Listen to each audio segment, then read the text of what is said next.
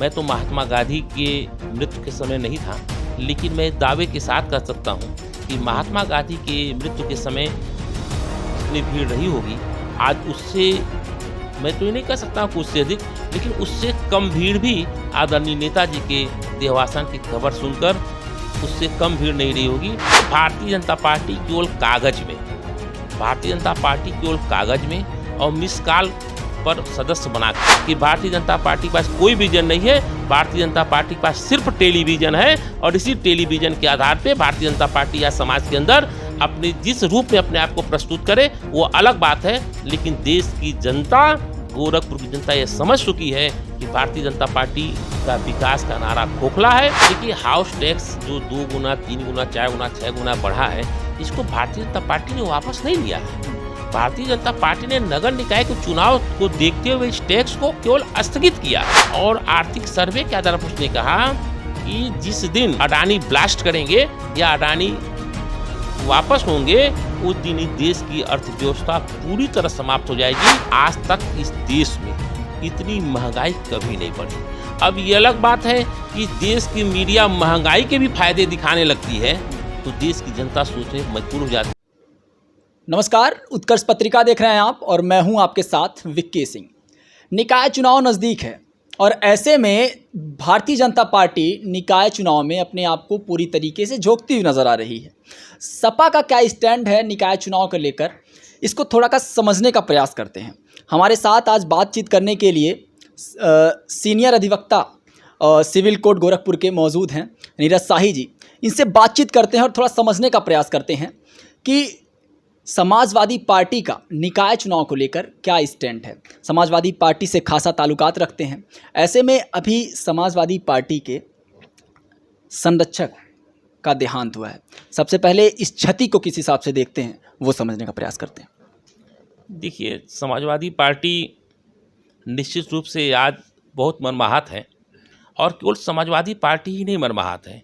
इस देश का हर नौजवान, इस देश का हर बेरोजगार, इस देश का किसान, इस देश का अधिवक्ता समाज, इस देश का भला कर चाहने वाला हर व्यक्ति आज आदरणीय मुलायम सिंह यादव जी के निधन के कारण बहुत मर्माहत है। और निश्चित रूप से समाजवादी पार्टी के साथ ही साथ इस देश ने एक अपना अमर सपूत को खोया है। इस देश ने एक ऐसे नेता को खोया है जिस नेता ने समाज के हर तबके के लिए काम किया हो। ये बताइए, समाजवादी पार्टी के लिए ये क्षति है, ये उत्तर प्रदेश के लिए क्षति है और ना केवल उत्तर प्रदेश बल्कि राजनीति और सामाजिक दृष्टिकोण से ताल्लुकात रखने वाले और समाजवाद से ताल्लुकात रखने वाले तमाम लोगों के लिए एक बड़ी क्षति है। लोकप्रियता की अगर बात करें तो अभी हाल ही में नौतनवा से एक लड़का जो है वो सफाई के लिए रवाना होता है जब उसको ये समाचार मिलता है कि अब संरक्षक मुलायम सिंह यादव जी नहीं रहे।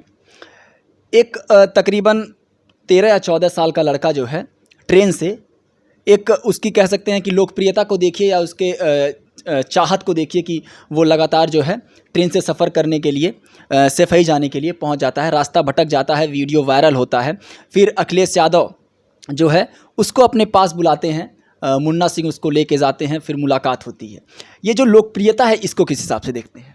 देखिए, आप वरिष्ठ पत्रकार हैं और आपने तमाम नेताओं के इंटरव्यू को भी कवरेज किया है और तमाम नेताओं के निधन को भी कवरेज किया है।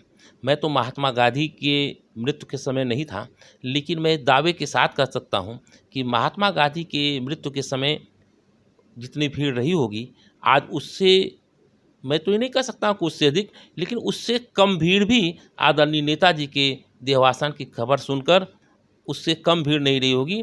और देश के अंदर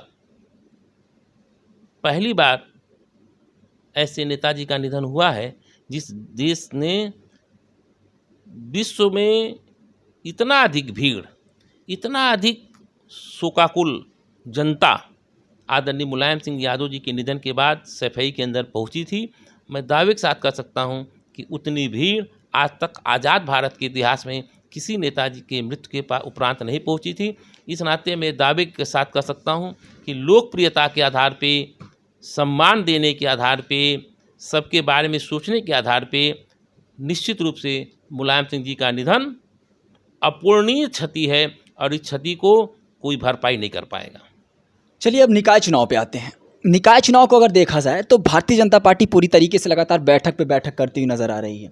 निकाय चुनाव में ये कह सकते हैं कि जो लोकसभा है उसका सेमीफाइनल के तौर पे भारतीय जनता पार्टी देख रही है, लेकिन समाजवादी पार्टी का स्टैंड इस निकाय चुनाव में क्या रहा है, अभी तक ऐसा कुछ खासा नज़र नहीं आ रहा है। देखिए, भारतीय जनता पार्टी केवल कागज में और मिस कॉल पर सदस्य बना के आज भारत की सबसे बड़ी पार्टी बनने का दम भरती है, लेकिन धरातल पर ऐसा नहीं है। आज भी भारतीय जनता पार्टी की पूर्ण बहुमत की सरकार इस देश के अंदर तमाम राज्यों में नहीं है, और जिन राज्यों में है उन राज्यों में भी किसी न किसी सहयोगी संगठन के बल पे है, और जहां नहीं थी वहां पर इन लोगों ने तोड़ फोड़ करके विधायकों को खरीद करके, चाहे ईडी और सीबीआई का उपयोग करके, उस आधार पर अपनी सरकार को बनाया है। इस नाते ये कह देना कि भारतीय जनता पार्टी बहुत आगे है, मैं इससे बिल्कुल सहमत नहीं हूं। और रही बात गोरखपुर नगर निकाय की, गोरखपुर नगर निकाय के चुनाव में भी आज तक भारतीय जनता पार्टी ने कभी भी अपना बोर्ड नहीं बना पाया। मतलब ये कि भारतीय जनता पार्टी के सदस्य कभी इतनी मात्रा में चुनाव जीत के नहीं आए कि वो अपना अलग से बोर्ड बना सकें। अच्छा, एक बात बताइए, समाजवादी पार्टी के जितने भी पार्षद हैं, या फिर ये कहें कि भाजपा से विरोधी जितने भी पार्षद हैं, जब उनसे बात किया गया, क्योंकि मैं वार्ड इस समय कवर कर रहा हूं, तो उनसे बातचीत के दौरान एक चीज़ समझ में आती है। उन्होंने कहा कि समाजवादी पार्टी की उतनी बेहतर जो है, जो विरोधी पार्षद हैं उनकी बेहतर जो नगर निगम जो है या फिर अधिकारी लोग वो सुन नहीं रहे हैं। अब एक चीज़ ये नहीं समझ में आती कि जब जनता के बीच इस तरीके के सवालात लेके आप जाएंगे तो जनता एक तो ये मन बना लेगी कि अगर ठीक है आपकी बातें अगर अधिकारी और नगर निगम नहीं सुन रहा है तो फिर जनता भारतीय जनता पार्टी को चुने। नहीं, ऐसा कुछ नहीं है। भारतीय जनता पार्टी की सभासदों की भी कोई सुनवाई नहीं है, भारतीय जनता पार्टी के नेताओं की भी कोई सुनवाई नहीं है। और आप जिस वार्ड में आज मेरा इंटरव्यू ले रहे हैं, इस वार्ड का पार्षद भी भारतीय जनता पार्टी का ही है। लेकिन आप आए होंगे मेरे घर तक तो आप देखे होंगे कि तमाम नाले चौक हैं, रोडों पे पानी लगा हुआ है, तमाम ऐसे दिखते हैं। तो भारतीय जनता पार्टी का जो विकास का नारा है वो खोखला है। अब भारतीय जनता पार्टी हिंदू मुस्लिम करके और कब्रिस्तान और पाकिस्तान के नाम पे जो भी वोट कलेक्ट कर ले, लेकिन भारतीय जनता पार्टी के पास विकास का कोई विजन नहीं है। और भारतीय जनता पार्टी के पास कोई विजन नहीं है। मैं दावे के साथ कह सकता हूं कि भारतीय जनता पार्टी के पास कोई विजन नहीं है। भारतीय जनता पार्टी के पास सिर्फ टेलीविज़न है, और इसी टेलीविज़न के आधार पे भारतीय जनता पार्टी या समाज के अंदर अपने जिस रूप में अपने आप को प्रस्तुत करे वो अलग बात है। लेकिन देश की जनता, गोरखपुर की जनता ये समझ चुकी है कि भारतीय जनता पार्टी का विकास का नारा खोखला है, भारतीय जनता पार्टी का रोजगार देने का नारा खोखला है, भारतीय जनता पार्टी का भय, भूख और भ्रष्टाचार मिटाने का नारा खोखला है। बाकी भारतीय जनता पार्टी का, मैंने कहा ना कि भारतीय जनता पार्टी केवल टेलीविजन पर है, भारतीय जनता पार्टी का कोई विजन नहीं है। अच्छा, एक चीज़ और समझ में आई कि नगर निगम ने हाउस टैक्स को जो है 4 या 5 या 6 गुना कर दिया था, लेकिन तमाम आपत्तियां पड़ी, पार्षद लोग भी आपत्ति दाखिल किए, उसके बाद इसको जो है वापस ले लिया गया। क्या लगता है कि अब जब ये चुनाव हो जाएगा, निकाय चुनाव का जब चुनाव हो जाएंगे, फिर क्या लगता है कि ये जो हाउस टैक्स है फिर जैसे का तैसा कर दिया जाएगा, या फिर ये इसलिए वापस ले लिया गया है ताकि भारतीय जनता पार्टी को वोटों को समझाने में कोई समस्या ना उत्पन्न हो? देखिए, हाउस टैक्स जो 2 गुना, 3 गुना, 4 गुना, 6 गुना बढ़ा है, इसको भारतीय जनता पार्टी ने वापस नहीं लिया है। भारतीय जनता पार्टी ने नगर निकाय के चुनाव को देखते हुए इस टैक्स को केवल स्थगित किया है, और नगर निगम चुनाव के बाद भारतीय जनता पार्टी फिर अपने टैक्स को वसूलेगी। और जिस प्रकार हम लोगों ने इतिहास में जजिया कर की बात सुनी थी और जजिया कर की बात पढ़ी थी, आज भारतीय जनता पार्टी उसी जजिया कर के आधार पे देश में कार्य कर रही है, क्योंकि देश की सारी अर्थव्यवस्था इन लोगों ने चौपट कर दिया। आज देश श्रीलंका से भी नीचे स्थिति में आ गया। IMF की एक रिपोर्ट आई है जिसमें अर्थव्यवस्था को और गिरता हुआ दिखाया गया है, GDP को। क्या लगता है उससे कितना प्रभाव पड़ने वाला है अर्थव्यवस्था पर? नहीं, प्रभाव तो पूरी तरह पड़ेगा। आप एक चीज़ देखे होंगे, महसूस किए होंगे, हमारे समाजवादी पार्टी के कई विधायकों को 200-250 वोट पर हरा दिया गया। हमारे समाजवादी पार्टी के कई विधायकों को ये बताया गया कि आप चुनाव जीत गए, और जब वो सर्टिफिकेट लेने गया तो उसको पता चला कि उसको सर्टिफिकेट न देकर भारतीय जनता पार्टी के प्रत्याशी को सर्टिफिकेट दे दिया गया, एक चीज़। दूसरा चीज़, फ्रिज नामक एक पत्रिका है जो पूरे देश के अंदर, पूरे विश्व के अंदर, यूँ कहें पूरे देश के अंदर आर्थिक सर्वे करती है, और आर्थिक सर्वे के आधार पर उसने कहा कि जिस दिन अडानी ब्लास्ट करेंगे या अडानी वापस होंगे, उस दिन इस देश की अर्थव्यवस्था पूरी तरह समाप्त हो जाएगी और देश की अर्थव्यवस्था श्रीलंका से खराब हो जाएगी। ये फ्रिज नामक रिपोर्टेड पत्रिका का वर्जन है, उनका एक संपादकीय का लेख है। लेकिन देश की जनता को अनाज के नाम पे गुमराह किया जा रहा है, देश के जनता को शिक्षा के नाम पर गुमराह किया जा रहा है, देश की जनता को बेरोजगारी के नाम पर रोजगार देने की बात की जा रही है। लेकिन देश की जनता जो है 2014 से लगातार भारतीय जनता पार्टी की सरकार है।